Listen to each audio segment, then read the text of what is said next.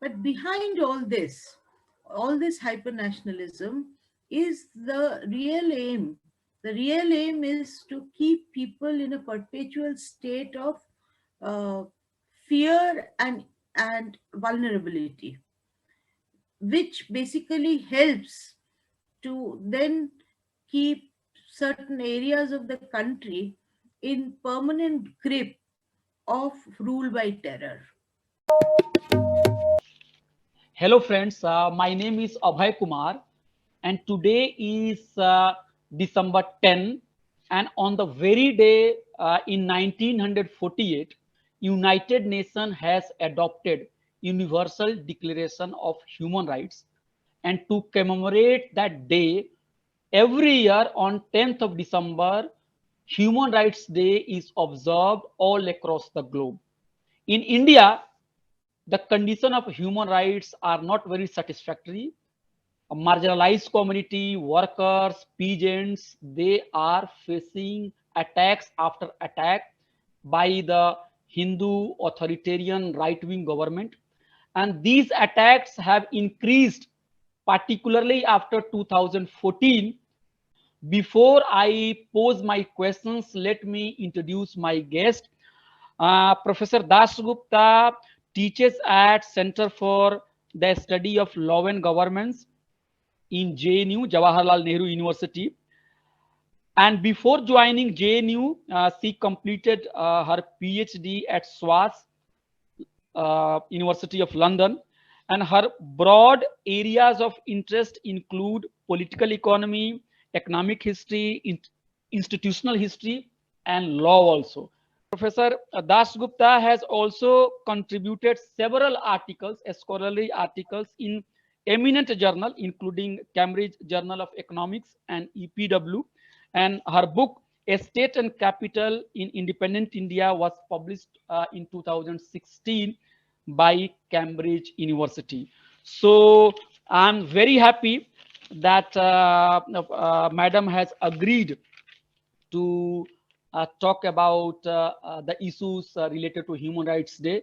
So my first question would be that on this day, 10th of December, what is your feeling? And are you really concerned that our institutions, our so-called great democracy, are not good enough to protect the rights of individual, the rights of people, and somehow these institutions are, I should say, crumbling, or you could say that there has been erosion of these institutions, and we hardly see National Commission of Human Rights taking very proactive measures to defend the rights of the people. So, Madam, thank you very much for joining. Your comment, your feeling, your observations on this very important day, International Human Rights Day. Okay, thank you, Abhay, for inviting me and for that very generous introduction. Uh, if you really think about India's history and its record on human rights, then we do not really have anything to be very proud of.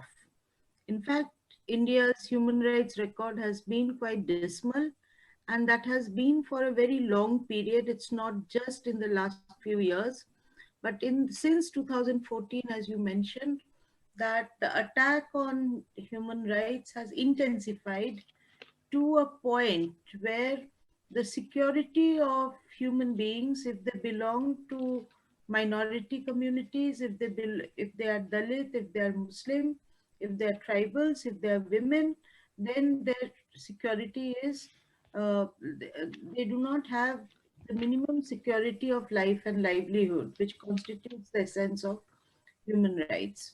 The right to life has been sort of undermined in various ways in the last few years. Now, apart from that, India also has a dismal record, and you will recall that just last week, just a few days ago, nine uh, coal miners were killed in Nagaland by the security forces. based on what they are saying was wrong information, but killed brutally and called terrorists. Okay, uh, so this idea that you can just make like such, these mistakes are unforgivable, because these basically erode the right to life in such a basic way that it fundamentally undoes what has been granted to us as a fundamental right in the Constitution. Similarly, if you take the case of Kashmir, if you take the case of the other northeastern states, we have seen this, what the establishment itself does, the security forces along with the governing bodies there in tandem, the way human rights have been eroded in terms of killing, fake encounters, and the likes of that. On the other hand, if we look at a longer history, then we find that from 2014, lynching, rape, mob attacks, arson, loot, the attack on Christian churches, that is the latest. All of this is a sign of the complete erosion of whatever institutions existed to really protect human rights, even though those institutions were never very strong in independent India. And if we take a even longer historical outlook, then it can be seen that if you remember Punjab in the 1970, from the 1980s up to 1997, that the number of fake encounters and also disappearances, which is also true for the northeastern states, that the number of disappearances of young people, of the youth, that was carried out in the name of fighting terrorism, is something that also shows us that human rights really have no value, no great value in India. And it is not just this government, but almost there have been periods in which, in India's history, in which human rights were eroded in the name of nationalism and terrorism. You have rightly mentioned Armed Forces Special Power Act, which is in news also. Recently in Northeast, innocent civilians were killed by the security forces. And those security forces have been given power through this act. And before talking with you, I was reading a Special Arms Power Act. And in that act, it has been clearly mentioned that officers were given power to search, to arrest, and even to shoot somebody without having any warrant or without following proper judicial procedure. So my point is that this law was brought in 1958, and some human rights scholars have said that when it was being debated, those who defended those rights argued that it is very temporary measure, but it continues, and even the influence of AFSPA is increasing instead of decreasing. So you are right that this is not a new phenomena, that post 2014 human rights violations have not started. It has a long history. It may be the case that after 2014 it might have intensified. So the point is that despite so much opposition by the civil society members, why AFSPA is not being scrapped, and why national security is made something that is sacrosanct, that is holy cow, that cannot be questioned. Is it to do with nationalism, very powerful ideology of nationalism, that even the secular parties, including the left, are not being vocal enough to oppose those extrajudicial laws, including UAPA, AFSPA, and seditious laws? Ma'am, your take on that. Okay, I'll start with the history of AFSPA, because it's not just 1958. As you know, that this law was actually brought first by the British to put down the Quit India movement in 1942. And then in 1947, in the aftermath of partition, four separate acts on these lines were passed in for Bengal, for East Bengal, for Assam, and for the United Provinces. So, and then in 1958, in 1952, when the first general elections took place, the Naga National Council called for a boycott of that uh, uh, election, and they set up a parallel government. They tried to set up a parallel government. It's from that time that AFSPA was actually formulated and finally passed in 1958 with, and it became, first it was implemented in Nagaland and Assam, and then basically to other parts of the country wherever they felt, the state felt that there was, these were so-called disturbed areas. So you have to declare an area as disturbed, and then the governor or the lieutenant governor in case of union territories will promulgate AFSPA in those places. Now, so on your, basically there are two parts to the question. So the first is that, look, the left has been opposing AFSPA for a long time.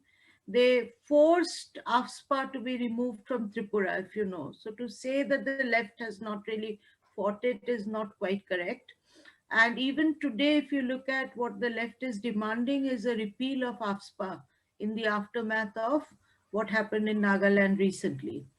Now, there have been other civil liberties groups and various organizations which have put tremendous pressure on the various governments. And in 2004, when the UPA 1 came to power, in which the left had a bold say, the Jeevan Reddy Commission was set up, as you know. And the Jeevan Reddy Commission in 2005, in its report, said that AFSPA should be repealed. But this government in 2016 junked that Reddy report. Okay? So you can see that after a point, there was a realization in the polity that AFSPA was not really helping in any way. Actually, it was creating more conflict, and it was creating more dissatisfaction in the country. But after this government came to power, they have made, like, they have sort of got rid of all efforts to either humanize the AFSPA, to make the security forces accountable, and in fact have been giving free rein to them through their speeches, through the discourse, that is the current discourse of hyper nationalism that is being projected.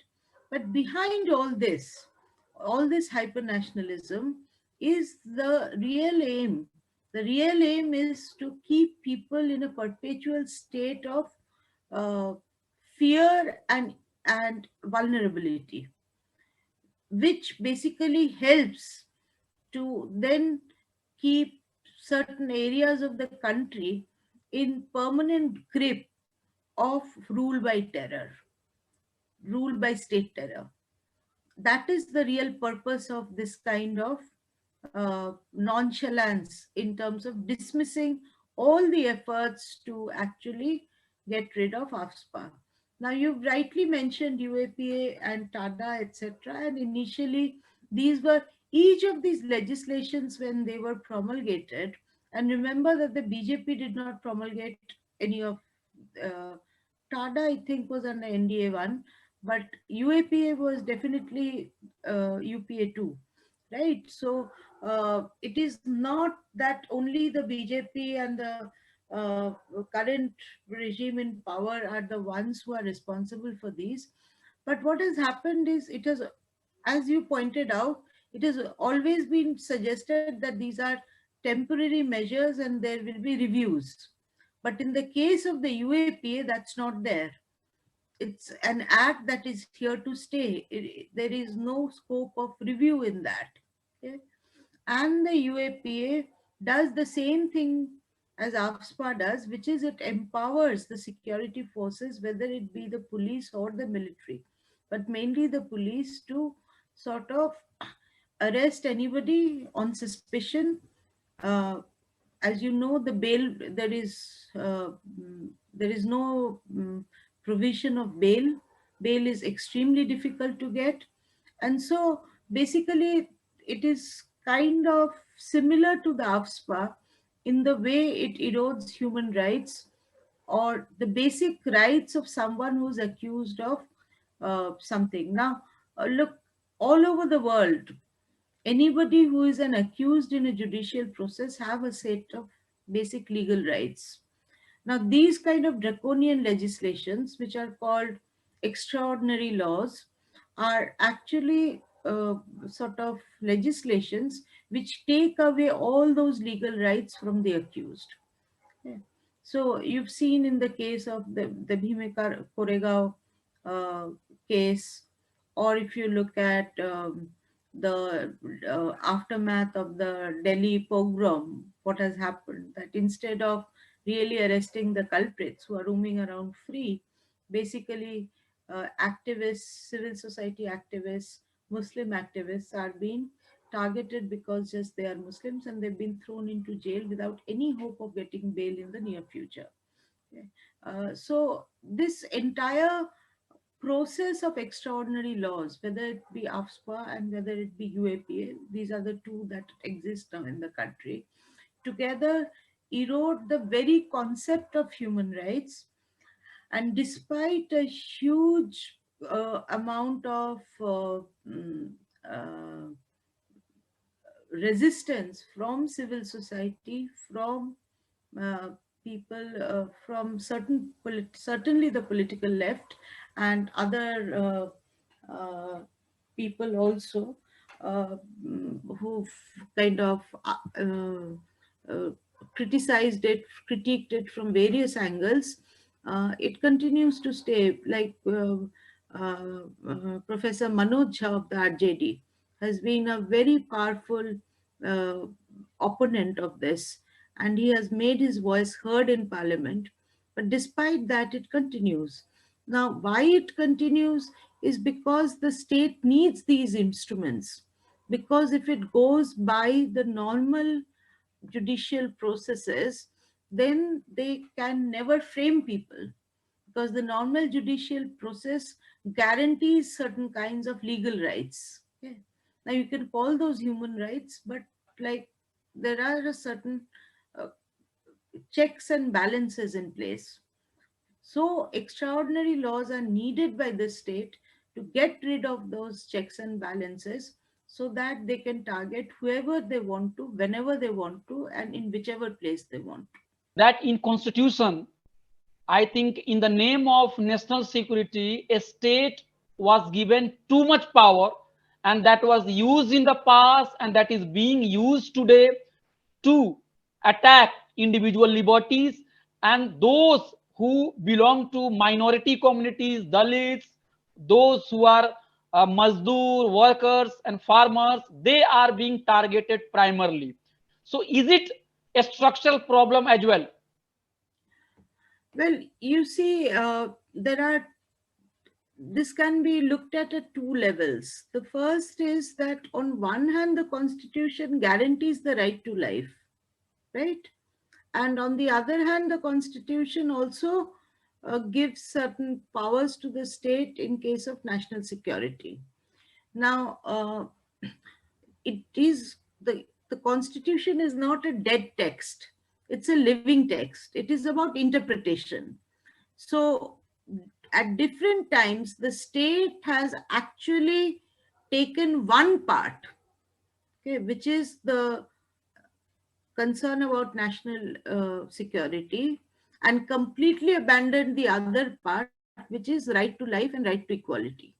These two parts have been taken away. These two fundamental rights have been neglected or overridden by the national security concerns. So I wouldn't say it's a structural problem of the constitution, really. I would say it is the fact that the constitution can be interpreted by those in power in ways in which it suits themselves.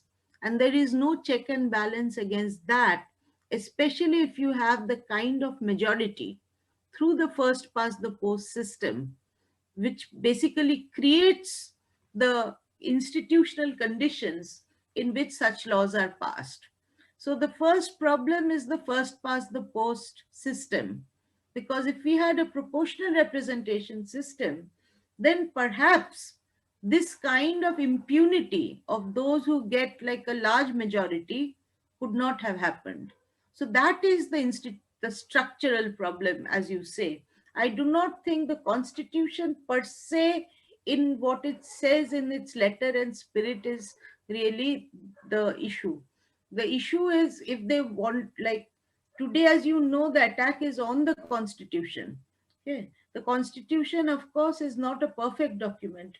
It is a product of a certain history of a certain time, and it has been amended and updated from time to time. Now, not all those amendments are in favor of the people. Many are quite like have gone, like I've written about the First Amendment and how that went against uh, basically the working class in general. But what is important to understand is that the structural issue is in the way our legislature and our executive is constituted, given a country where the the where for about 40 years we had absolute majority of one party, and now since 2014 we see the absolute majority of a coalition headed by the Hindu right? So in both these situations, what you see is, and even in the 80s when the Congress had an absolute majority, that is when the uh, Punjab and Chandigarh were brought under, the Union Territory of Chandigarh was brought under AFSPA. Uh, if you see 1990, even though it was a weak government at that time, but the on Kashmir, the kind of consensus, political consensus that was created in terms of insurgency, the discourse on insurgency, uh, AFSPA was promulgated there and it still continues. So basically, it is the character of our legislative and executive system, the institutional system, that actually permits the creation of such draconian and extraordinary laws. But if you allow me, should I quote the work of left scholar, political scientist Sobhanlal Datta Gupta, whose work I have recently read about constitution and the debate in Constituent Assembly. And if I am correct, his argument is, and he also quoted CPI's documents in early 50s, where the party is too much critical of Indian constitution, and the party also alleged that it is benefiting the rich classes.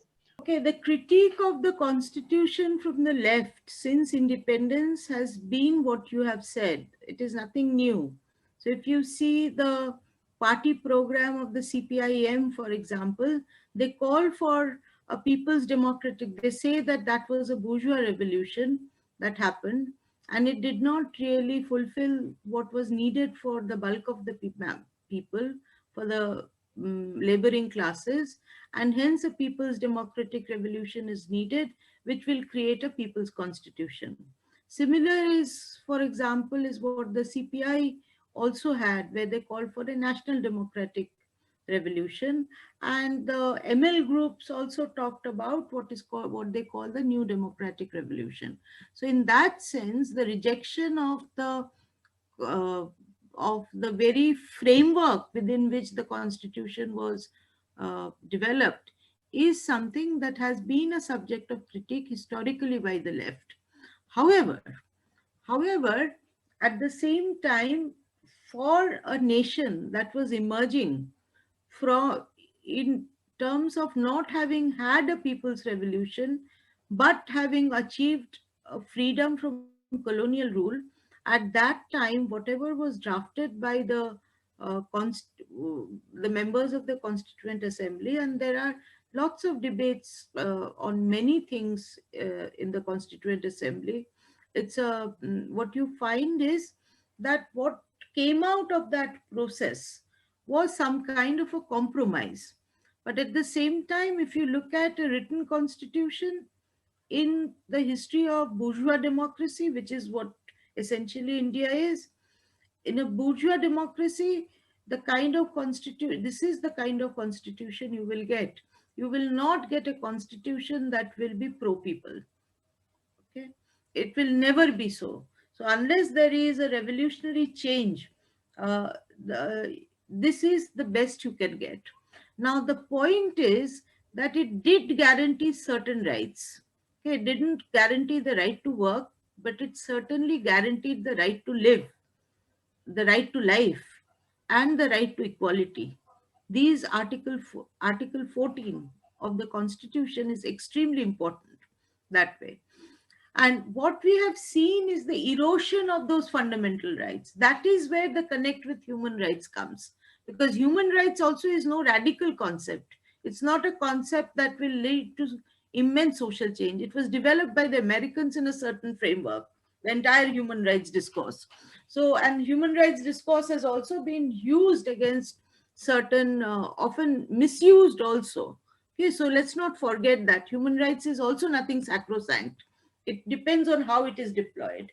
But since today we are talking in the context of International Human Rights Day, what I'm trying to say is that the right to life and the right to equality, these are the two pillars of the Constitution which has been completely eroded. And in that sense, even within the framework of the Constitution, I would go so far as to say that these laws are unconstitutional. Would you like to say something on Kashmir, how people's human rights are being violated? So in 1990, when the first uh, wave, now if you look at the, once again, let's go back to the history of Kashmir. Kashmir was never regarded as a conflict zone in independent India after after 1948. Okay, there were internal struggles. There was a lot of uh, uh, political conflict, etc. But it was never considered a disturbed area. It is only from after the Soviet Union was forced to withdraw from Afghanistan and the militants started being trained in Pakistan, etc., that's the time from which basically this uh, language of extraordinary situation, disturbed area, insurgency, this discourse started growing. And it is in this context that in 1990, an absolutely weak government could promulgate uh, AFSPA there in the name of national security. Now, remember that the people of Kashmir had been promised a plebiscite which never happened, right? So it is to to this day, the Indian state has failed in its promise to the people of Jammu and Kashmir. And instead, what they have put in is this kind of rule by brute power of the military. If you go to Kashmir, even in uh, times which were not so fraught, you will see the presence of the military, and it is a weird kind of chilling effect that it has on the lives of civilians. Uh, Not to mention what's going on. We haven't forgotten how the human shield was used. We haven't forgotten the pellet guns and the blinding of innocent civilians, especially children, uh, as young as 2 years old or a few months old. We haven't forgotten how, without warrants, uh, regular searches and arrests happen, how people disappear there, and the way in which, in after the abrogation of Article 370, internet has been cut off, means of extended curfews, which meant that people lost. So even before COVID, people lost their income. So in every ways, it's been an attack on the life and livelihood of the Kashmiri people. And it is interesting that this happens in Kashmir, but not in Jammu. So there is the politics of religion that is being played out through all of this, okay, through the use of security forces. So I mean, all this is known. There's nothing new that I'm saying. But my question is that, does this make the Indian state uh, any more sort of, can the Indian state really win over Kashmiris with this kind of a strategy? I think the intention is not to win them over at all. The intention is to just decimate through both destruction of life and destruction of livelihood. And then, of course, play a demographic game, which is being played through the, the division of the territory, which has happened after the, also with the abrogation of Article 370. And all of this is not simply a question of the Western notion of human rights, but it is also a constitutional question in the Indian context of, once again, what I was talking about, the right to life and the right to equality. Both of these don't exist in zones like this. It doesn't exist in Kashmir, that is very true, but it also doesn't exist in large parts of the Northeast. So now you know that it has been extended to Arunachal Pradesh also. 3 districts of Arunachal Pradesh are also under AFSPA now. So AFSPA is being expanded rather than contracted. So, and Kashmir is the lesson for us to see what the consequence will be in times to come. So, will you accept the fact that human rights institutions in our country have been reduced to just paper tiger? We don't have any human rights institutions in this country. What is the human rights institution? There's a National Human Rights Commission which is appointed by the government. It has no autonomy. It has uh, it has no powers, and so it doesn't have any binding powers on anything. So they can only come out with statements, they can send investigation teams, they can produce reports, but the government is not bound to take action on those reports. So it's, we have no institution which enforces human rights in this country. So, last question: those who believe in progressive and left ideology, what will be your message for them? What is the way out? Well, that's a very fundamental question. But in the context of human rights, of course, the united appeal, not just by the left can't, the left is very weak in this country. The left is not a big ideological force in this country anymore. So the larger section of progressive forces, so it has to be also the other parties which are not part of the Hindu right, okay, they have to actually raise their voice. The left has already called for the repeal of AFSPA. They have different positions on the UAPA, but they've always opposed the incarcerations uh, being done uh, through the UAPA. But the united call should be to repeal both AFSPA and UAPA. That is the first step. And then there is the basic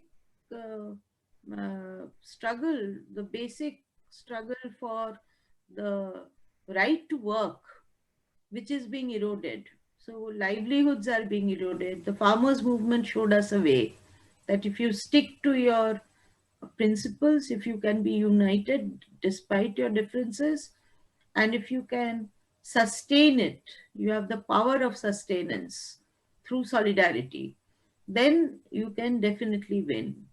Now, that needs to be extended to other sections of the working people. Just a handful of intellectuals can't find this battle. They have no power. The power lies with the people. So that has to be harnessed to fight for basic workers' rights, basic rights of the farmers, basic rights of minorities, and that is the only way forward. Professor Dasgupta, thank you very much for talking with us. Thank you so much. It was a pleasure. Kindly like, share, and subscribe our YouTube channel.